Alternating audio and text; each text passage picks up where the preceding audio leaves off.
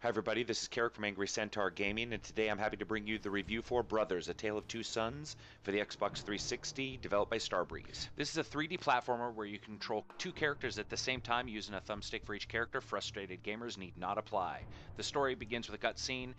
Everything is spoken in an alternate language that you can't understand, sort of like Panzer Dragoon Saga or all those other games that do that, and basically tells a tale of two brothers, one where the mother has died and the father is basically ill and you are trying to save him, and that is the crux of the adventure.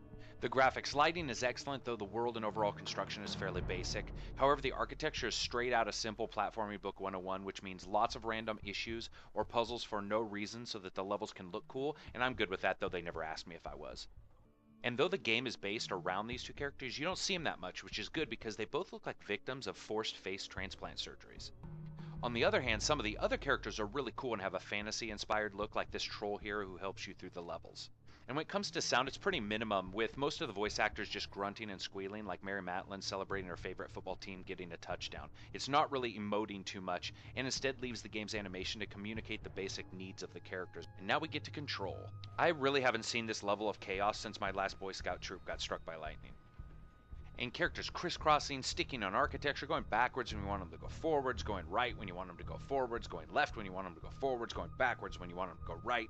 It's frustrating, and made more so by the fact that at other times you won't have those problems. And that is inherent in this kind of control scheme. We saw it before if you're old enough like me to have played games like Flugen Brothers and some other games where you do, at times you end up controlling both characters. It's just, it can be really, really frustrating.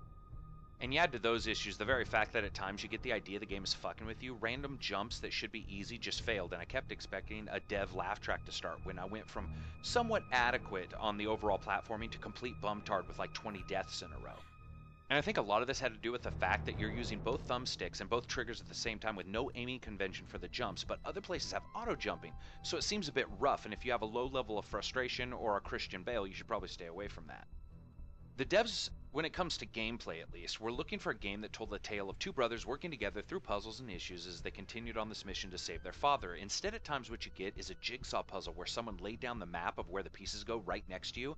There's less thinking involved than a late night sexual encounter, and yet the promise keeps your beer goggles on the entire night. Because every once in a while there's some puzzle or some issue that makes you go, ah, I see what they were planning for. But then for the next 30 minutes, you're back to the puzzle with the map right in front of you. Super linear in that way. So what do you get with Brother? You get a game of two halves like an abusive girlfriend, at times pretty but chaotic. When the shit hits the fan, she falls apart into a frustrating mess. Pretty much this game, with great parts, great attention to detail at times, but wrapped around a really questionable control scheme and fairly awkward production values. The game really felt like it was just missing that certain something that would bring it up to the levels of a journey in a lot of people's minds. It really didn't feel like it came together the way the developers probably had intended.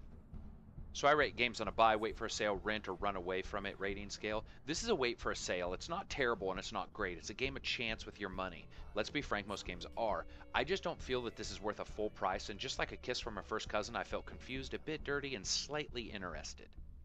So this is Carrick from Angry Centaur Gaming saying thank you very much for listening to this review. If you liked it, hit like. If you didn't, hit dislike, and hit subscribe if you can. Have a good one, and peace out, bitches.